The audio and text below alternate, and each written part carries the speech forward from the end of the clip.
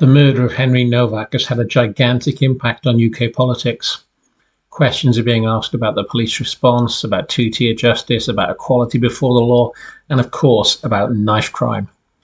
I am sick to the back teeth of hearing politicians pointlessly blathering on about knife crime. It's also performative and formulaic at this point. Senseless tragedy, wonderful emergency services, thoughts and prayers with the family, take knives out of the hands of young people, crackdowns, victim was a lovely chap, trying relatives, now sports. Then, rinse and repeat, wheel out exactly the same shit the next time there's a high-profile knife crime, and that will be right around the corner. I say high-profile because there are around about 1,000 knife crimes a week in Britain. Only a very few ever make the national media. These figures are mind-blowing. It shows our total failure as a country to tackle the issue. As long ago as 2008, the former Home Secretary, salad dodger and expenses cheat, Jackie Smith, was talking about this. People who carry knives would face tougher consequences, she said. They would be taken to the emergency wards of hospitals to witness the consequence of their actions. It's not clear this ever actually happened, of course.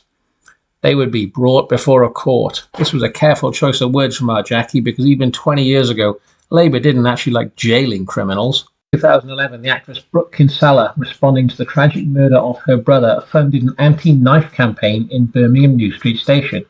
She and others performed a play to raise awareness of the impacts of knife crime. Now that's all very nice and all very well-meaning, but it implies that people who carry knives don't understand that jamming knives into people will kill them. Even if we accept that as a basic premise, that's a compelling argument not to have these animals in the country in the first place. But of course, the basic premise is false. These monsters know damn well that stabbing people will kill them. Hell, they glorify the action. Some drill rapper, SJ, Jaden O'Neill Critchlow, who's serving a life sentence for murder, has lyrics which include such ditties such as "Swing my shank" and "My Rambo gonna rip through guts." They know what they're doing, and a play and a prevent referral will change nothing. We've had bans on zombie knives which achieved nothing, and a similar ban on ninja swords. I'm not sure what the difference was. Both initiatives failed.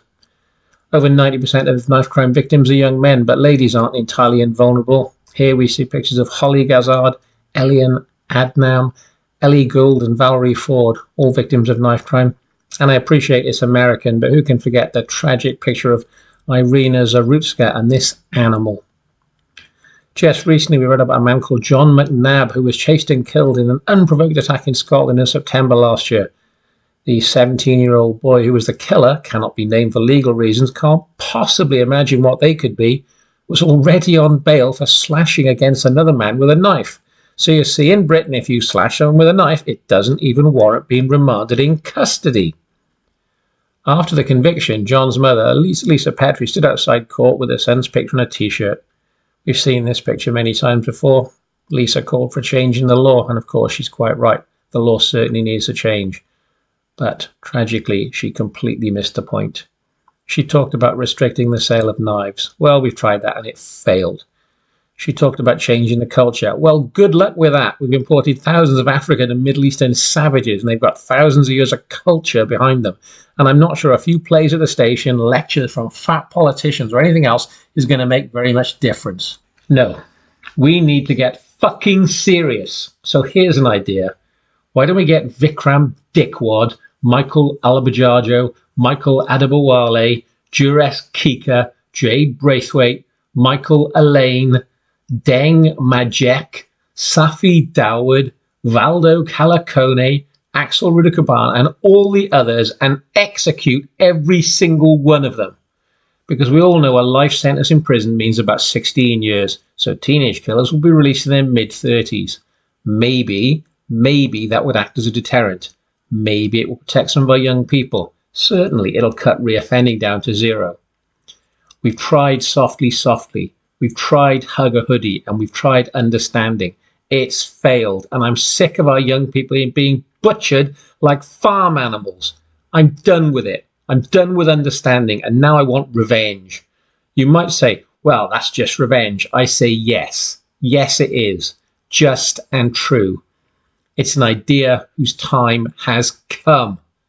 If you're watching this, you are the resistance. So please like, recommend, and subscribe.